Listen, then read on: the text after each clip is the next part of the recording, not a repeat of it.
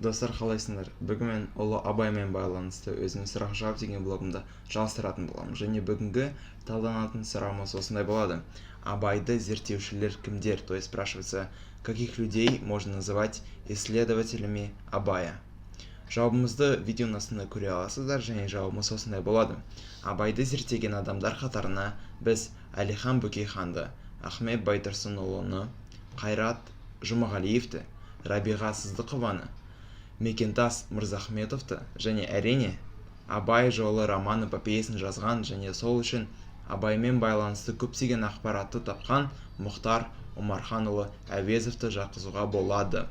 То есть людьми, которыми изучали Абая Құнанбайұлы, являются Әлихан Бөкейхан, Ахмет Байтұрсынұлы, Қайрат Жұмағалиев, Рабиға Сыздықова, Мекентас Мырзахметов и, разумеется, автор романа-эпопеи Абай жолы, который нашел множество информации о самом Абае, Мұхтар Омарханұлы Әуезов.